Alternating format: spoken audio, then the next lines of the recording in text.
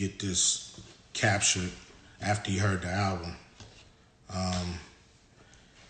America's Most Wanted, everybody says the first connection to East and West. It's not really the first connection, you know what I mean? I got to get that to my man Ice-T, who worked for years with Africa Islam back in the day, doing a lot of stuff, connecting the coast. Ice-T would always shout out the New York rappers. That was his homies. It made us feel more connected. So, when I left NWA, I used to call Chuck D a lot. I used to ask him for advice, and he used to actually try to convince me to stay in the group. He wanted me to stay. He didn't want me to leave. He thought the group was too legendary. Shout out to all the homies that's in the IG. I appreciate y'all coming through. But yeah, Chuck, he was like, man, it can't work out, and I'm like, nah. So he was on tour, so he couldn't really, do much, but give me a lot of good advice. So then I was always cool with the dudes up at Def Jam with Russell and Leor Cohen, and I was talking to Leor one day, and he said, man, why don't you just come to New York? I was like, all right, but I'm not coming unless I can hook up with the Third Bass producer, which was a dude named Sam Sever. Third Bass was a group. Shout out MC Search. MC Search is the man. We've been down for a long time.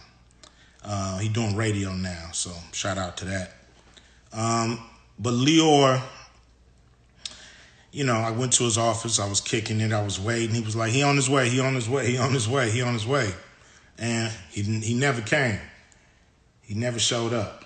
So I was like, okay. That's some bullshit, but okay.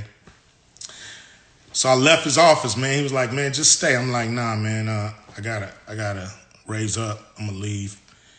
As soon as I left, I'm walking down the hallway. I see Chuck D walking my way. So this is divine intervention.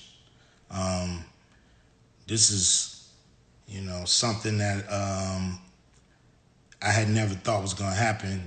I'm at Def Jam. You don't think I'm at Def Jam, then I'm about to see LL Cool J. It just usually don't happen like that. So I saw him, and we talked in the hallway, and he was working on a record. He was working on a record with Big Daddy Kane called Burn Hollywood Burn. Now, these are my two favorite MCs at the time. And he asked me, did I want to be on the track? Did I want to get on it? I'm like, hell yeah. He's like, just the first time you'll be able to, show people that you solo. I'm like, yeah, I'm with that.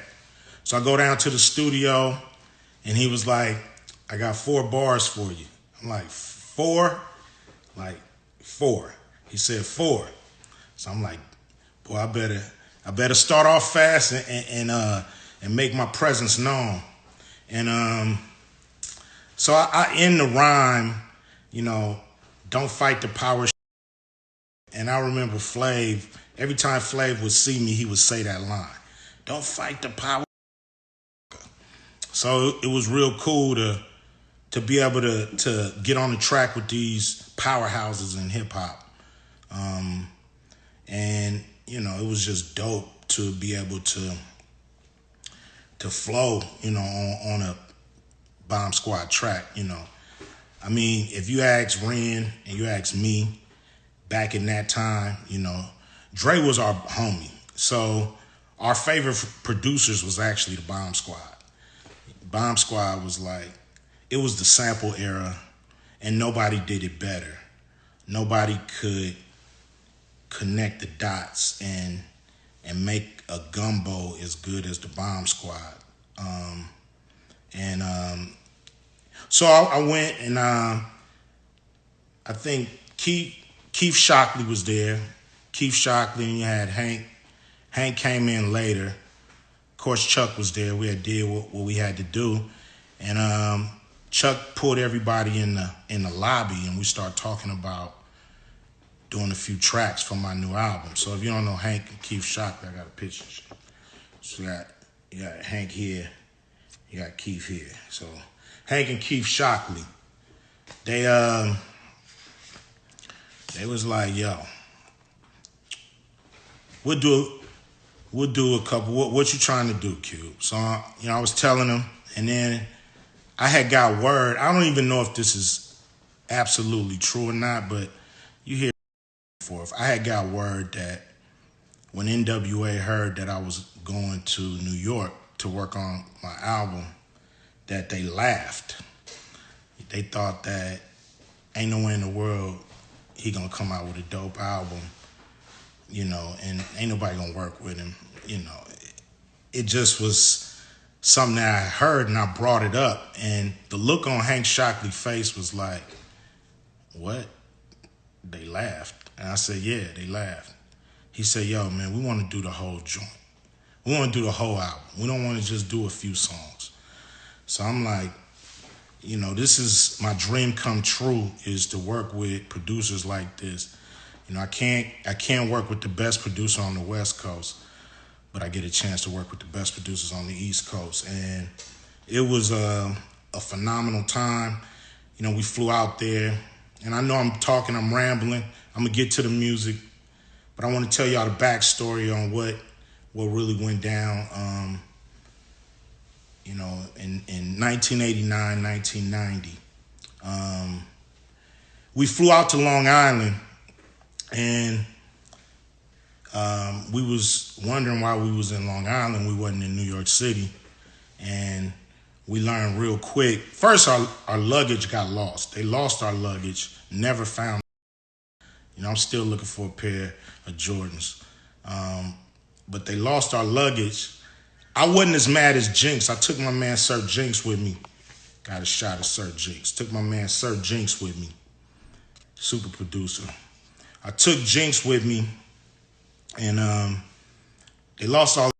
Jinx loved his clothes, so he was hot, mad as a mother about it. And but I wasn't as mad because I had about 8 notebooks full of rhymes, and I had my rhymes. I wasn't putting my rhymes under the plane. Never put your rhymes under the plane. So then we had to go to 510 Franklin, which is like it's like a warehouse that PE and Bomb Squad had. It was full of records. So we had to spend weeks picking out records and break beats and trying to figure out what's going to go on the album. This is the sample era. We was there. We saw the Mike Tyson fight there. Mike Tyson fought Buster Douglas. Okay. Nobody was interested in watching the fight. We was all working. We was like, man, Tyson gonna knock it in 2 rounds, man. Let's keep working. And we said, all right, let's watch the fight. So I'm watching. I'm like, okay, when is Tyson gonna knock this dude out? And about the 8th round, I think Tyson caught him, and he fell. And I'm like, okay, cool, we can get back to work. Go as planned. We watching the fight, and Tyson gets knocked down. He loses the fight. This up for 2 days. We can't work. We can't work for 2 days. We just in a daze. We like our superhero he lost the fight. Nobody had ever thought that could happen. When we got back to work, we filled up the crates, went to Green Street. What was cool about working on America's Most Wanted and being at 510 Franklin, Eric Sermon would come through and scoop us up. He would take us to his hood. I met a Redman before he was Redman, when he was still working on his demos and stuff. And I met K Solo. At 510 Franklin, we met leaders of the new school. I met Busta Rhymes for the first time before he had a record out. He was real cool, always coming through, hanging. And it was just a good vibe. So we headed off to Green Street. I'm going to make a long story short. It's a trip.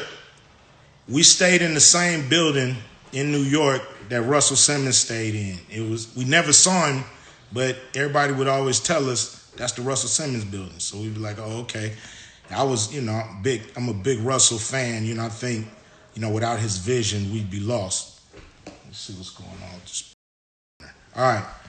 So we never saw him, but it was cool. We was working on the record from 6 p.m. to 6 a.m. And the first record is called Better Off Dead.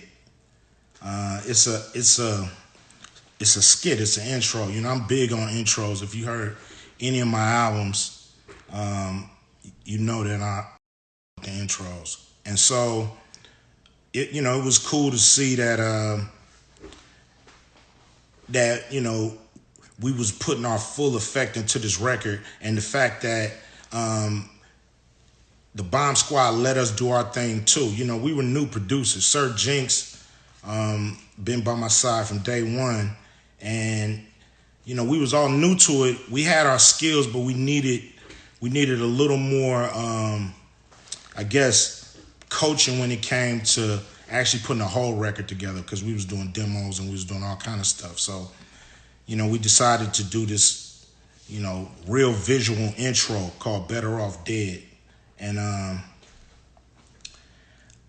like it because it's cinematic. I think Jinx I call him the Alfred Hitchcock of hip-hop, because he can make anything feel real.